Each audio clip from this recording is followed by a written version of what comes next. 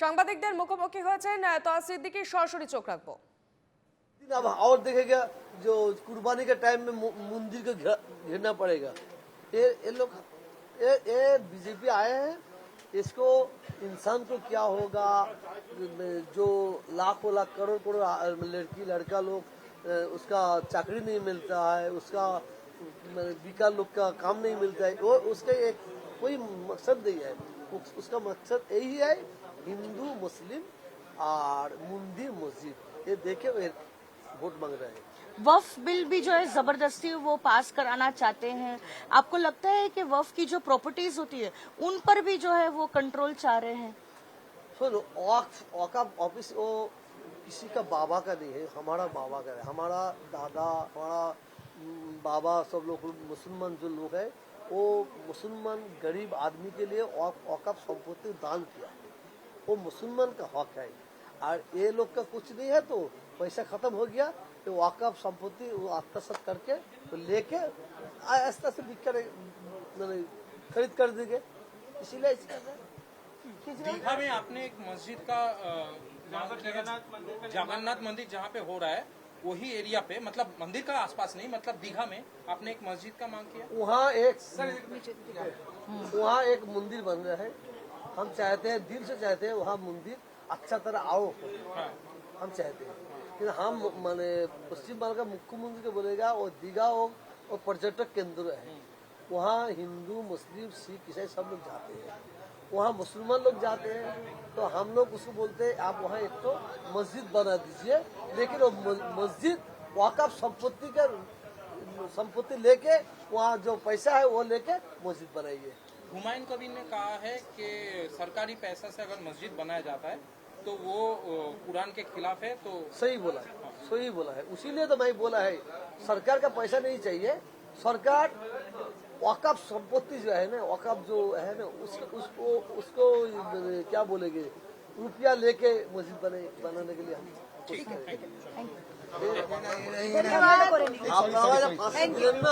ধন্যবাদ। আপনি এত বছর ধরে আসলে সমস্যাটা হচ্ছে আমাদের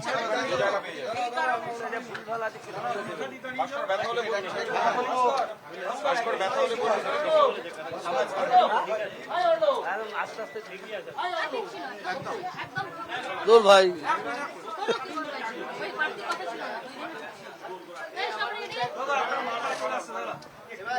তোমরা বাড়তি কথা বলবে।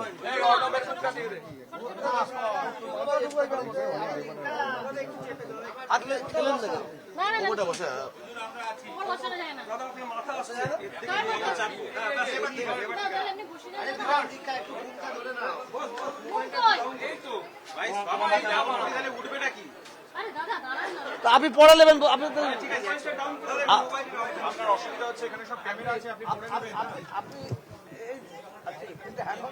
দাদা আমার তো অলরেডি দুটো এই ধরো একটা দিও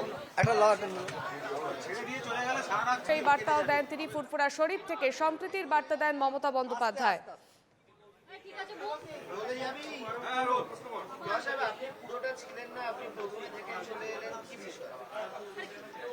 বিষয়টা হচ্ছে আপনারা অবগত আছেন, সারা ভারতবর্ষের মানুষ অবগত আছে, ভারতের দ্বিতীয় মুসলিম তীর্থভূমি জানার জন্যই ফুরফুরা শরীফ পীর আবু বকর সিদ্দিকী রহমাতুল্লাহ আলাইহে তানার আজকে ওফাত দিবস।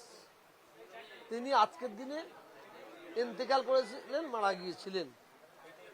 আমার ফুরফুরা শরীফে হযরতে ছোট হুজুর পীর রহমাতুল্লাহ দরবার শরীফের সম্মুখে আজকে ৩রা চৈত্র বিশেষ একটা অনুষ্ঠান হয়, ওনে ইফতারের মজলিস হয়।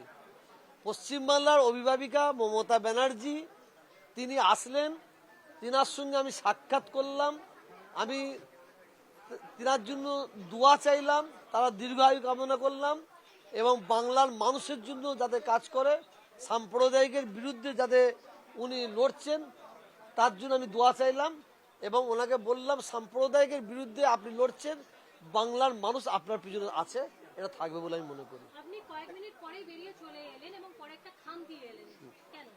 আমি কি হ্যাঁ, দারুণ প্রশ্ন করেছেন আপনি, দারুণ প্রশ্ন করেছেন আপনি, তো ভালো জিনিস সত্যি, ওই জন্যই আপনারা রিপোর্টার। আমি ওই খামটা দিয়ে এলাম যে আমাদের ওই জায়গায় মমতা ব্যানার্জির অর্ডার ফুরফুরা শরীফের আমি যাব। আমার বড় ইচ্ছা ফুরফুরা শরীফের পীর জাদা পীর সাহেবদের সঙ্গে আমি ইফতার করব। ওখানে দু একজন তারা এর আগে মানে বামফ্রন্টের ক্ষমতা থাকা অবস্থা থেকে এই মমতা ব্যানার্জিকে অকথ্য ভাষায় গালাগালি দিয়েছে, সমালোচনা করেছে এবং ওই ফুরফুরা শরীফের পীর সাহেব বয়স্ক যারা পীর সাহেব তারা মানে মমতা ব্যানার্জি তাদের সাথে দেখা করতে যেতেন, যার জন্য তাদের ঘরেও অকথ্য ভাষায় মানে খারাপ ভাষা ইউজ করেছে। যারা এককালে বলেছিল যে আমার বিষয় নিয়ে মুখে দাদা হুজুর অন্তরে দিদি হুজুর, ওনারা একসময় বলেছিল ও খড় খাবে না গাদায় পিঠ ঘষবে, কিন্তু আমি দিয়ে এলাম যে আজকের দিনও ওনার সঙ্গে 2 নম্বরই করা হলো। এই পবিত্র রমজান মাসে 2 নম্বরই করা হলো। আমি চারটা দিয়ে এলাম, কতজন গিয়েছিল কতজন যায়নি। ওখানে গিয়েছিল খুব জোরের 19 থেকে 20 জন ব্যক্তি গিয়েছিলেন, আর বাকি যারা ছিল তাদের ঘরে ড্যামি পীরজাদা বানানো হয়েছে। ড্যামি পীরজাদা যারা ফুরফুরা শরীফের পীর সাহেবদের আমাদের বংশের কেউ নাই। যারা বয়স্ক পীরজাদা পীর ইসমাইল সিদ্দিকী, নাম বলবো একটা করে, নাম বলবো বলেন, পীর ইসমাইল সিদ্দিকী, পীর হোসেন সিদ্দিকী, হ্যাঁ পীর সত্তার সিদ্দিকী, পীর কি বলে শেখবাতুল্লাহ সিদ্দিকী, পীর আব্দুল্লাহ সিদ্দিকী, মানে একটা নাম বললে 28 জন ঠেকিয়ে দেবো। তারা কেউ ছিল না। দাঁড়ান এক মিনিট তারা ছিল না, কারণ তাদের থাকার খুব ইচ্ছা। তারা বাইরে থেকেও মমতা ব্যানার্জিকে আশীর্বাদ দোয়া করেছে, তাদের থাকার ইচ্ছা থাকতো।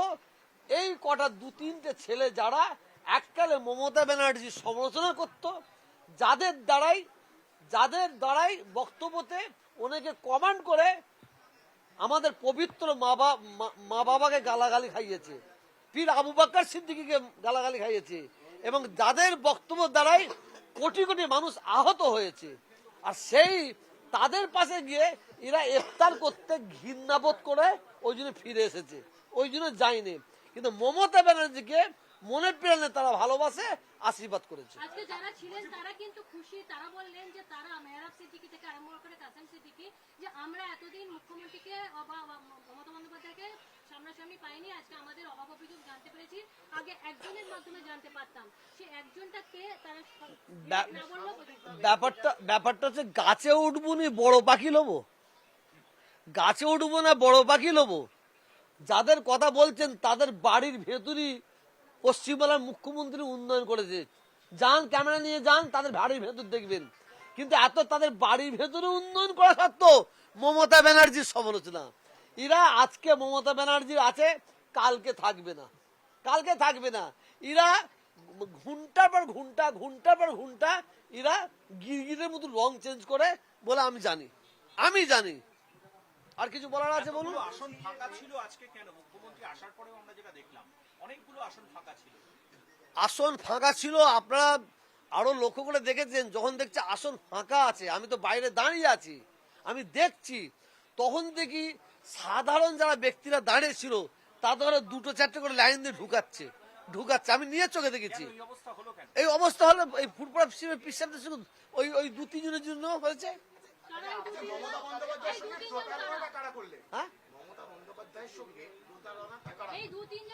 মমতা ব্যানার্জির সঙ্গে প্রতারণা করেছে সর্বপ্রথম যদি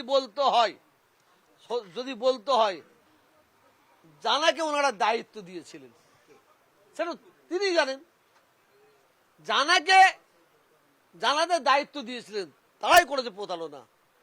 আপনি বিশ্বাস করেন, মানে ওখানে এমন ছেলে আছে, ছেলে দাঁড়িয়েছিল, যে ছেলেটার ভাবমূর্তি বাংলায় মোটেই ভালো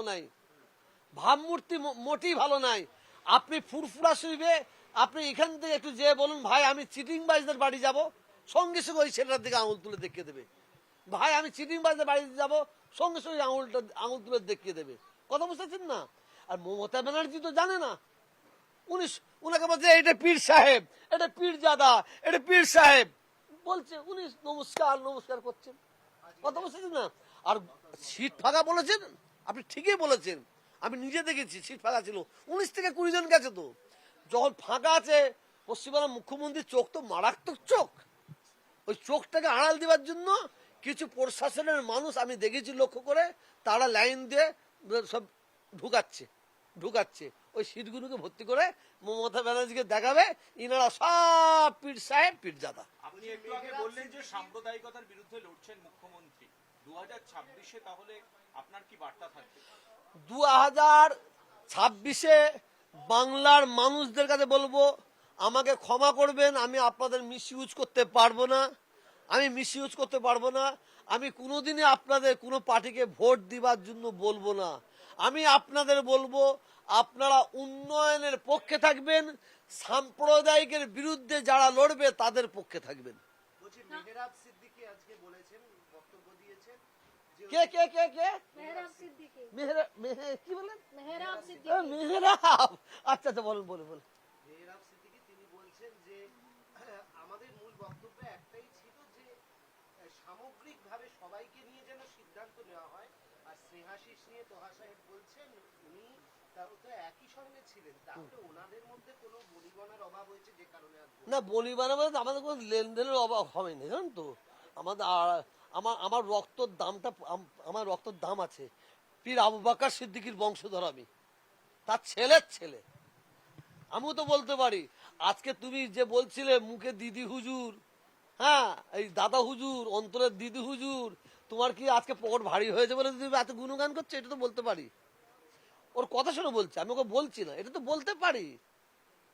ওর সম্পর্কে তো মানে গাছ তো নাম কি ফলই আমার পরিচয়। বাংলার মানুষ তারা জানে তোহা সিদ্দিকী কি আর মেহরাব সিদ্দিকী কি, সব জানে। শেষ প্রশ্ন, তোহা সিদ্দিকীর সঙ্গে মমতা বন্দ্যোপাধ্যায়ের যে সম্পর্ক ছিল সেটা অটুট থাকবে না সেখানে কোনো ছেদ পড়বে আজকের পরে? মমতা ব্যানার্জির সঙ্গে আমার ওই দিন দূরত্ব তৈরি হবে, যেদিন উনি সাম্প্রদায়িকের পক্ষে থাকবেন, সাম্প্রদায়িকের বিরুদ্ধে যতদিন থাকবেন আমি ওনার পক্ষে থাকবো, ওনার পক্ষে থাকবো, বলতে দেন আমায়, ওনার পক্ষে থাকবো। মমতা ব্যানার্জি উন্নয়নের দিকে কান্ডারি হয়ে আছেন, ওনার পাশে আছি। আর যদি মমতা ব্যানার্জির এমএলএ এমপি সভাপতি প্রধান যেখানে অত্যাচার করবে আমি তাদের বিরুদ্ধে কথা বলবো। তেমন কেউ আছে মানে এই সময়? অবশ্যই আছে, হাওড়া জেলায় 2-3টা আছে, আমি নাম বলবো না প্লিজ। 24 পরগনায় আছে, উত্তর 24 পরগনা, দক্ষিণ 24 পরগনা আছে, বহু জায়গায় আছে। আমার জেলায় আছে, আমার যে সিনাশিস চক্রবর্তী ফুরফুরা শরীফের যে গন্ডগোল হয়েছিল না, মারামারি, অ্যাডিশনাল এসপি মুখ ফাটা, তার জন্য উনিও দায়ী হচ্ছে, ফুরফুরা দুটো লবি তৈরি করে দিয়েছিল। আজকে কি তোহা ইচ্ছা সাহেব একটা সফল হলো? জিনিস জানতে চাইবো, ফুরফুরা উন্নয়ন পর্ষদ কি স্থায়ী দপ্তর পেয়েছে নাকি এখনো মহকুমা দপ্তরের এটা কি না, পাইনি, এখন আমরা পাইনি। আমরা এখানে একটা অফিস করার জন্য বারেবার বলেছি, কিন্তু ওই সেনাশিসের কি টান জাঙ্গি পাড়ায় আর কি টান শিয়াখালায় জানি না। আমরা মুখ্যমন্ত্রীকে দাবি করব, ওই অফিস যদি করতে হয় পর্যটক কেন্দ্রের উন্নয়ন পরিষদের অফিস, সেটা ফুরফুরা শরীফ হবে। হ্যাঁ, আরেকটা কথা বলি, স্নেহাশিস কি করতে দেয়নি ফুরফুরাতে? আপনার কি হ্যাঁ, উনার কলে কৌশলে হয় না বলে আমরা মনে করি। কোথাও আলাদা জায়গায় চাইছে?